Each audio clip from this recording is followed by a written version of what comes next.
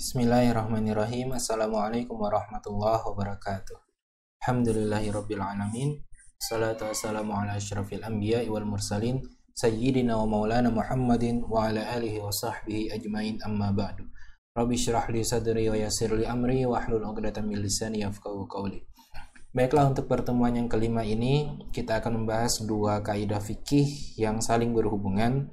Dua kaidah fikih ini sama-sama berkaitan dengan akad. Yang pertama yaitu yang berkaitan dengan akad yang batil. Kita akan berbicara tentang akad yang batil atau akad yang batal secara hukum. Dan yang kedua yang berbicara tentang akad yang rusak secara hukum. Akad berdasarkan rukun dan syaratnya itu terbagi menjadi dua.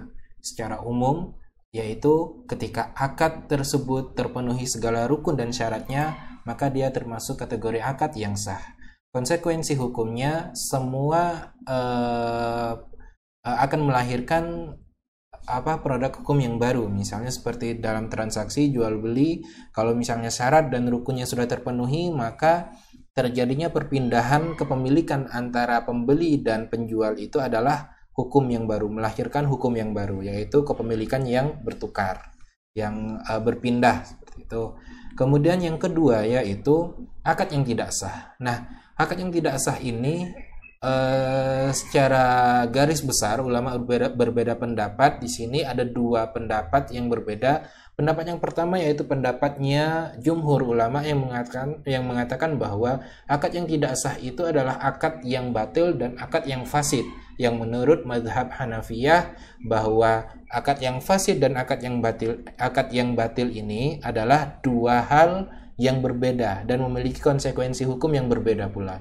Akan tetapi menurut jumhur, antara yang batal secara hukum dan akad yang rusak secara hukum itu sama hukumnya, dianggap sama, yaitu akad yang batil dan akad yang fasid, sama, seimbang. Nah, yang pertama yaitu akad yang batil dan akad yang fasid. Batil di sini berarti, kalau saya sebutkan batil berarti maksud saya adalah akad yang batal secara hukum. Kalau saya sebutkan akad yang fasid, maka akad yang rusak secara hukum.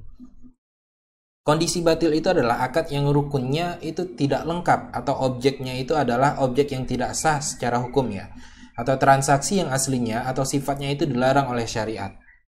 Akan kita bahas lebih dalam nanti bentuk contoh-contohnya. Dan yang kedua yaitu akad yang fasid, akad yang dalam syariat hukum aslinya itu adalah boleh, sah. Akan tetapi ada beberapa atau salah satu sifat yang merusak akad tersebut sehingga akad tersebut menjadi rusak. Nah, menurut dalam kitab Madkhal, pendapat penulis bahwa letak akad yang fasid itu berada antara akad yang sah dan akad yang batil. Fasid berbeda dengan yang batil karena kondisi cacat yang ada tidak terjadi pada perkara yang esensi, sebagaimana dalam transaksi batil, sehingga tidak merusak hukumnya. Dan fasid berbeda dengan sah, sebab ada cacat dalam proses transaksinya, meskipun itu bukan pada perkara yang esensi. Akad yang batal demi hukum.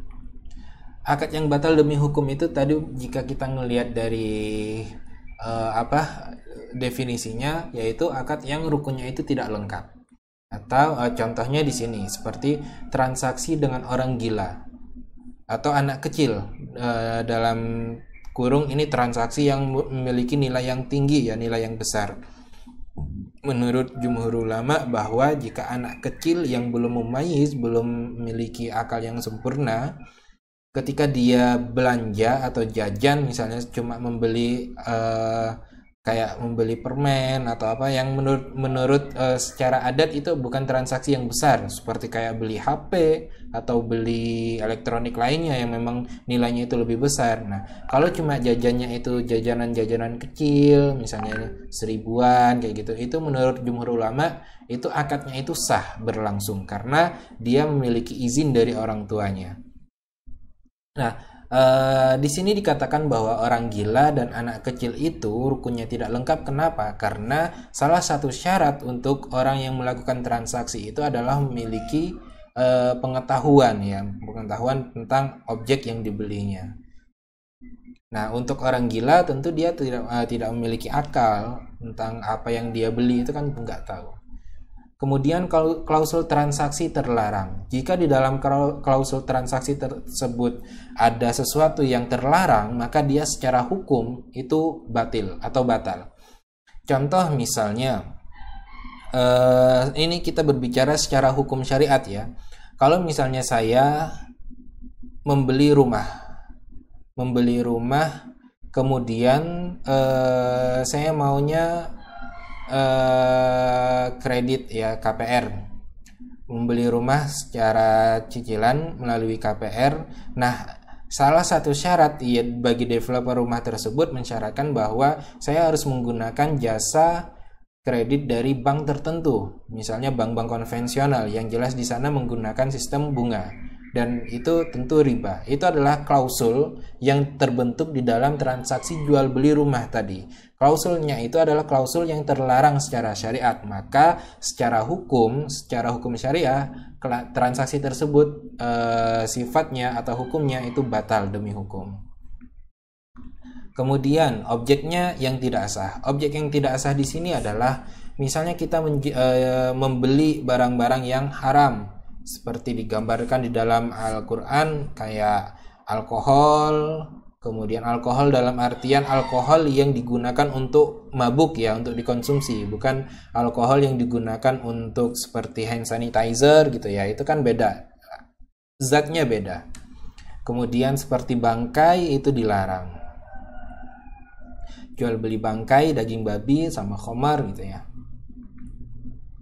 Jual beli ikan yang ada di laut juga termasuk salah satu yang tidak sah. Kenapa? Karena barangnya itu belum dimiliki. Jual beli sebagian jalan umum. Jalan umum itu adalah milik umum, tidak bisa dimiliki oleh perorang, tidak dimiliki oleh perorangan. Maka tidak sah juga jual beli terhadap barang-barang atau fasilitas-fasilitas umum. Nah, menjual beli masjid wakaf untuk umat. Yang namanya masjid yang sudah diwakafkan, maka dia milik umat. Dia tidak bisa diperjualbelikan. Karena esensi dari wakaf tersebut adalah terjaganya zat atau barang tersebut. Jika barang tersebut diperjualbelikan, maka barang tersebut tidak dimiliki lagi atau kepemilikannya sudah berpindah. Itu tidak bukan yang dituju, bukan tujuan dari wakaf. Maka itu tidak sah juga. Semua objek-objek atau transaksi yang saya sebutkan tadi secara hukum dia itu batal atau hukumnya itu batil. Kenapa? Karena tadi tidak terpenuhinya rukun-rukun atau syarat-syaratnya. Nah, hukumnya tidak sah dan batal demi hukum.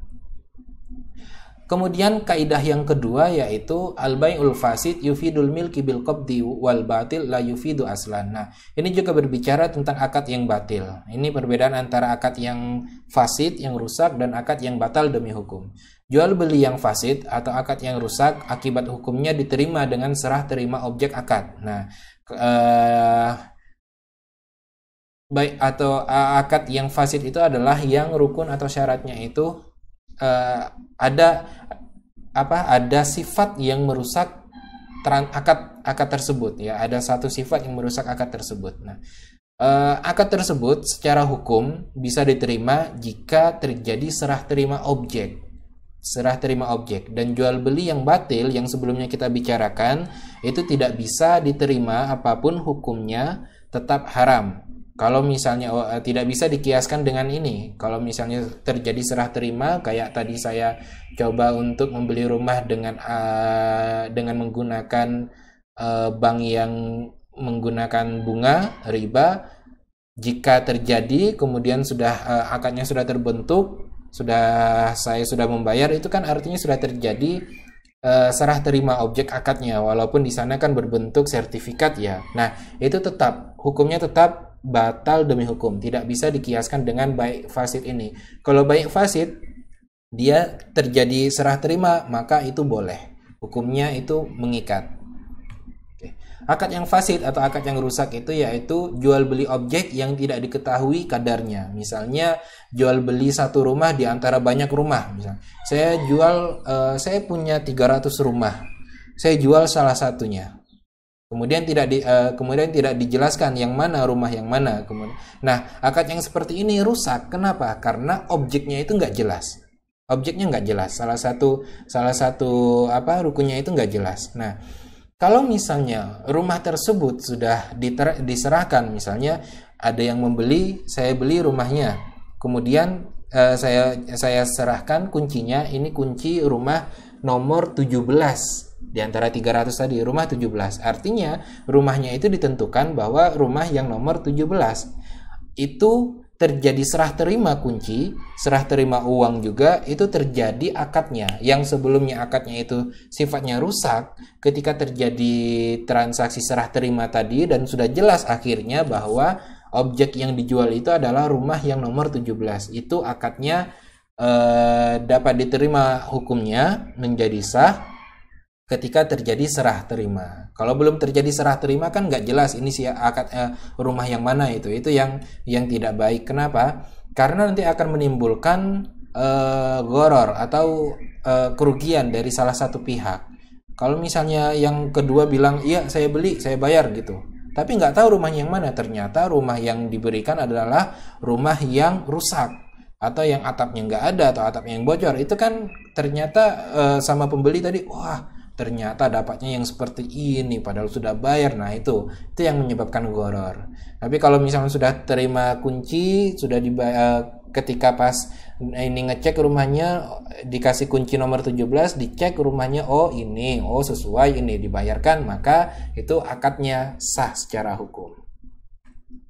Jual beli rumah dengan syarat pembeli menjual mobil kepadanya, ini juga dilarang. Kenapa? Karena Rasulullah SAW melarang jual beli dua akad di dalam satu akad. Ini safqataini fi safqah, atau dalam istilah lainnya juga disebutkan dalam matan yang lain, hadis yang lain, bai'ataini fi bai'ah, yaitu ada dua jual beli di dalam satu transaksi jual beli. Di sini contohnya, saya mau jual rumah yang nomor 17 tadi dengan syarat pembeli dia harus menjual mobilnya dengan harga dengan potongan harga 50% seperti itu. Nah, ada ikatan konsekuensi dari akad yang pertama dengan yang kedua. Dia boleh beli rumah saya, tapi dengan syarat dia harus menjual mobilnya pada saya. Nah, ini yang tidak boleh atau dilarang oleh syariat, atau yang dilarang di dalam hadis Rasulullah tadi, bai'ataini fi bai'ah, safqataini fi safaqah, seperti itu. Itu terlarang seperti itu ya. Nah, walaupun tadi terjadi transaksi, ternyata memang terjadi serah terima, itu juga dilarang. Kenapa? Karena esensi dari hadis tadi itu dikatakan bahwa transaksi tersebut dilarang kalau ada dua transaksi jual beli di dalam satu akad, satu ikatan lah, akad ketika pas transaksi gitu ya. Itu yang nggak dibolehkan. Nah, akibat hukum dari akad yang fasid ini dianggap sah dengan serah terima objeknya. Itu berdasarkan dari kaidah fikih yang di awal tadi ya, yang kedua tadi. Nah, secara hukum akad yang fasid ini harus dikembalikan kepada masing-masing pihak, Kenapa? Karena secara hukum tadi kan akadnya itu rusak, maka itu harus dikembalikan kepada masing-masing pihak yang melakukan transaksi. Uangnya dikembalikan kepada pembeli, kemudian objeknya juga diserahkan kembali kepada yang menjual. Tapi ini hanya terjadi jika syarat-syarat ini terpenuhi, yaitu syarat yang pertama, objek akad itu masih utuh seperti semula sebelum akad. Jadi objeknya itu harus dalam keadaan utuh ya. Misalnya kayak yang rumah tadi itu, rumahnya juga dalam keadaan utuh, belum direnov atau belum ada tambahan-tambahan lainnya. Kemudian yang kedua, tidak terikat dengan pihak lain, pihak ketiga terhadap objek akad tersebut. Nah, kalau misalnya ternyata rumahnya tadi sudah dibeli dengan akad yang rusak tadi itu, tapi kemudian rumahnya itu sudah disewakan atau dijual dengan orang lain oleh pembeli dari yang akad pertama tadi ya. Dia membeli rumah dari saya dengan akad yang sifatnya itu rusak, kemudian setelah dibeli ternyata rumah tersebut dijual lagi kepada orang lain. Nah, itu nggak bisa juga. Kenapa? Karena kepemilikannya itu sudah berpindah kepada orang lain, maka akad tersebut tidak bisa dikembalikan atau dikembalikan dalam istilah fikihnya itu taroju itu dikembalikan kepada orang masing-masing pihak, itu tidak bisa berlaku lagi. Oke, saya rasa cukup untuk pembahasan kita tentang akad yang batil atau akad yang batal secara hukum dan akad yang fasid atau akad yang rusak. Syukran. Assalamualaikum warahmatullahi wabarakatuh.